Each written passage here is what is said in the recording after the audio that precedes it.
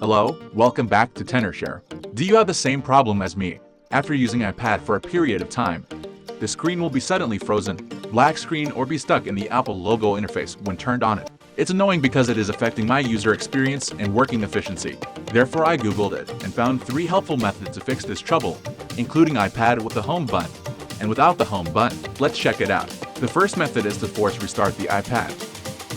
For those iPads with the home button, you can press the home button and side button at the same time until you see the Apple logo again. For those iPads without the home button, press and quickly release the volume up button.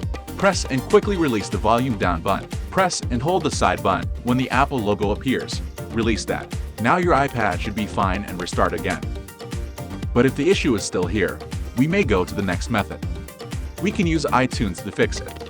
First, connect iPad to the PC or Mac and launch iTunes. We should put the iPad into recovery mode.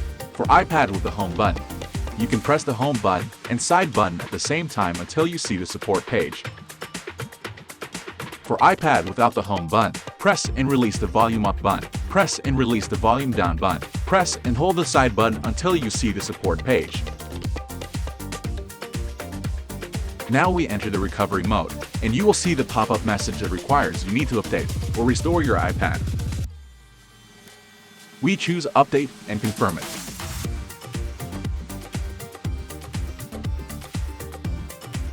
iTunes will start to download the firmware for around 30 minutes and then automatically update your iPad, and I will skip it. If you found it difficult to use iTunes, I recommend you could use ReiBoot. ReiBoot is the best professional repair tool for iPad. With its top performance, it can perfectly fix iPad frozen screen, black screen, or stuck on Apple logo issues. After we launch ReiBoot, connect the iPad. If ReiBoot doesn't detect your iPad, you need to put it in recovery mode.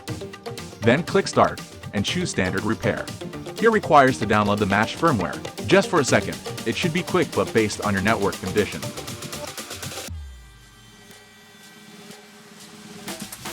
When the download is finished, click Start Standard Repair. It will take some time. And keep connecting to your iPad. Hold on for a while. Then it's done, and you see my iPad works again. I didn't lose any data. It's really helpful. Okay, that's it. I hope this video can help you a lot, and if you like this video, please subscribe to the channel and give me thumbs up. See you guys in the next video.